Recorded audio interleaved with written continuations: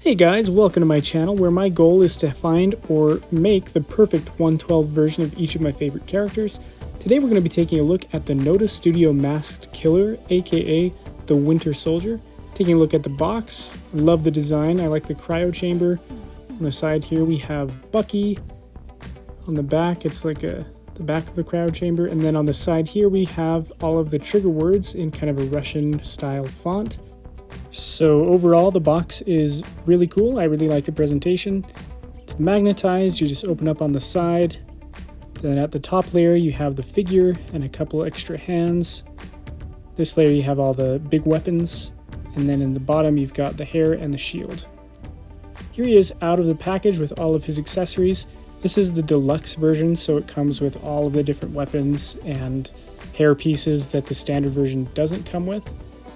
As you can see, there are a lot to choose from. Got the shield, metal hands, goggles, all of the hair pieces, and here are the two interchangeable heads. These hair pieces are completely removable, and the likeness to Sebastian Stan I think is really good. I think they did a great job with it. Other people might have a different opinion. They might prefer the Mafex over this, but I really like the realism of both of these sculpts, and the hair pieces are all really well done. Taking a look at his rifle, I think this is really well done, as are all of the weapons. It has stands that can pop out. The scope is done in a really cool way, and the magazine can pop out. And you can interchange that firing bullet for a smoking gun, which is really cool. And it can also magnetize to his back. Here is the magnetic car bomb gun, and the little disc can come out, which is very well detailed. It's very shiny, so I like that. Then he's got his mini Uzi, and the magazine can also come out on this. You can also remove that and change it out, and then that also magnetizes to his back. He also has an assault rifle. I don't know if this is an AR-15 or what, but the magazine can come out, and you can also take off the little firing effect, and that's really well-detailed gun. He also comes with a grenade launcher, and this one you can rotate out and take out the little grenades, and there's extra ones. Those are all removable. It can spin around. There are those extras as well as some extra magazines. The shield came out pretty well. I like the damage on it, but it doesn't look as organic as it could be. They kind of up close look more like tally marks than battle damage.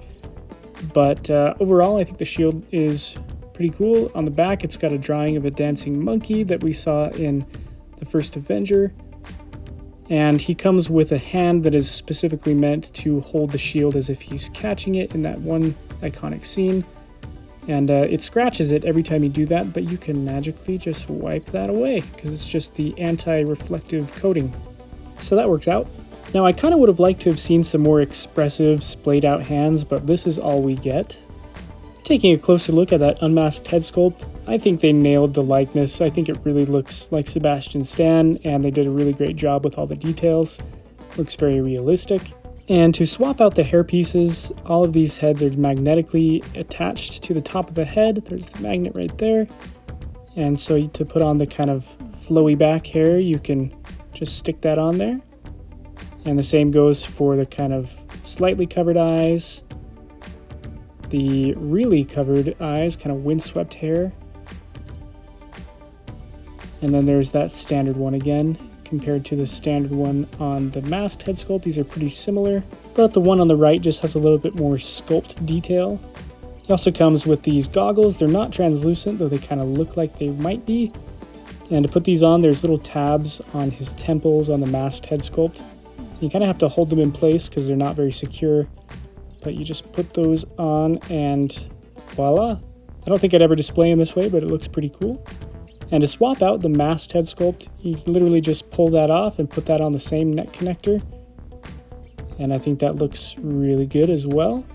I'll push it down a little bit. Oh, speaking of that, that's one of the major mods that I made to this figure.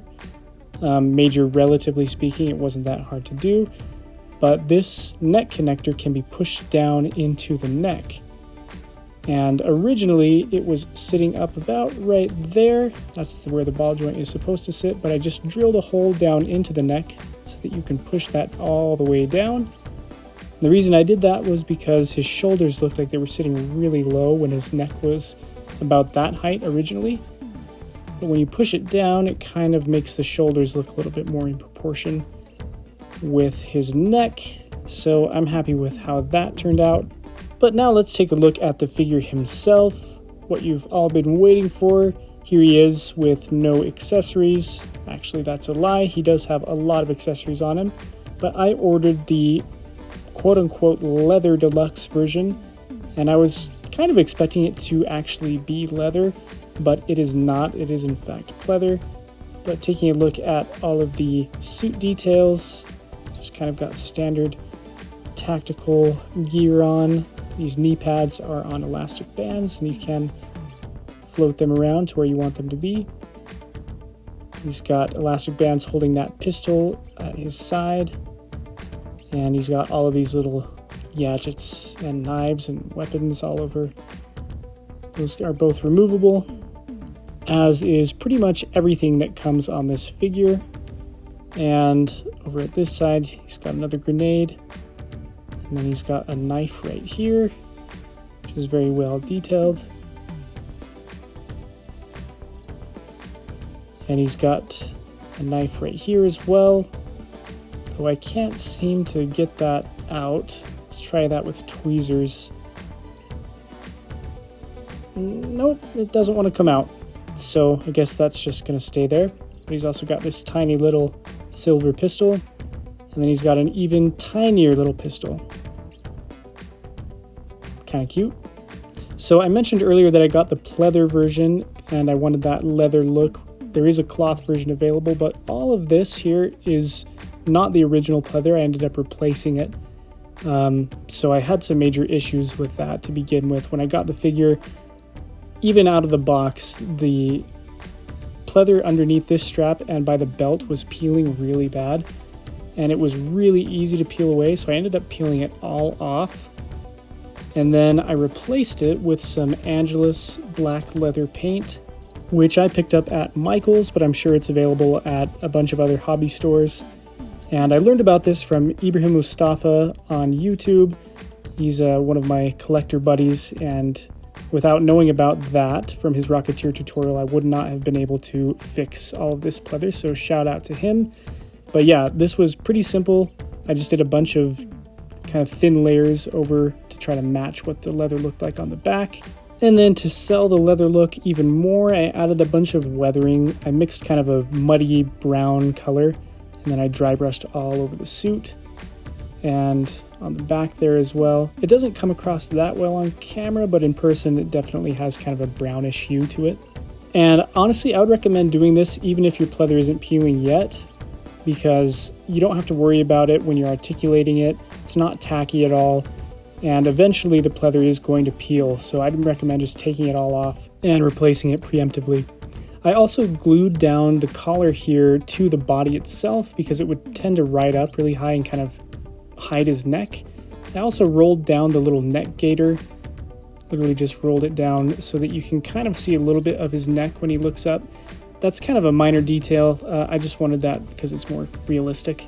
Now, going over his articulation, his head can swivel all the way around, but because it's kind of pushed down from its original height, you don't get that much tilt or forward or back out of it, but it's enough for me.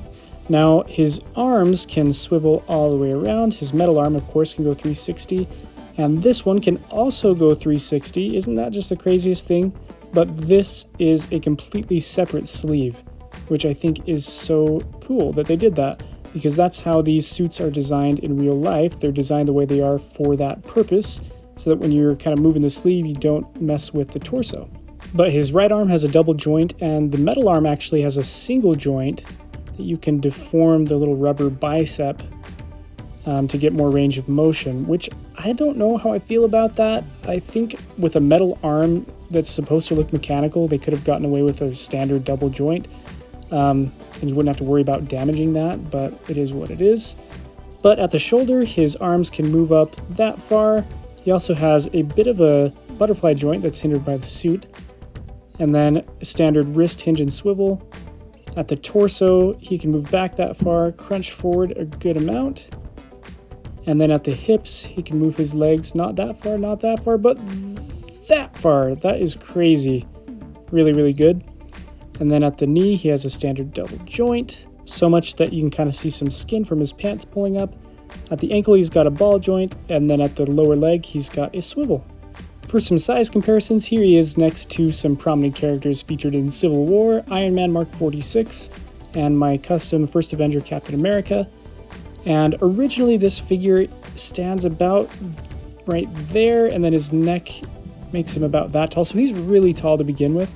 But I actually also modded his calves a little bit so that he's a little bit shorter, and with that neck mod he fits right in scale. Now just to compare the Manipple shield with the Nota Studio shield, look how much bigger the Nota Studio shield is. It's kind of trippy, but that is really big. I don't know, now the Manipple kind of looks a little bit small. Let's see what this looks like. I don't know, does that look big to you guys? Maybe I'm just used to the Manipple one. Anyway, for some more size comparisons, here he is next to Mezco Spider-Man and my custom Mezco Daredevil. And in my display, this is how I'm going to have him posed, with the either grenade launcher or with the assault rifle and a knife in his other hand. I just think this is a really sweet figure. I'm really happy with how it looks and with how my mods came out. And I'm just happy that this ended up releasing. It was kind of up in the air for a while there. But thank you so much for watching, and if you want to see more content like this, you can check out my Instagram, or you can stay right here and watch the next video.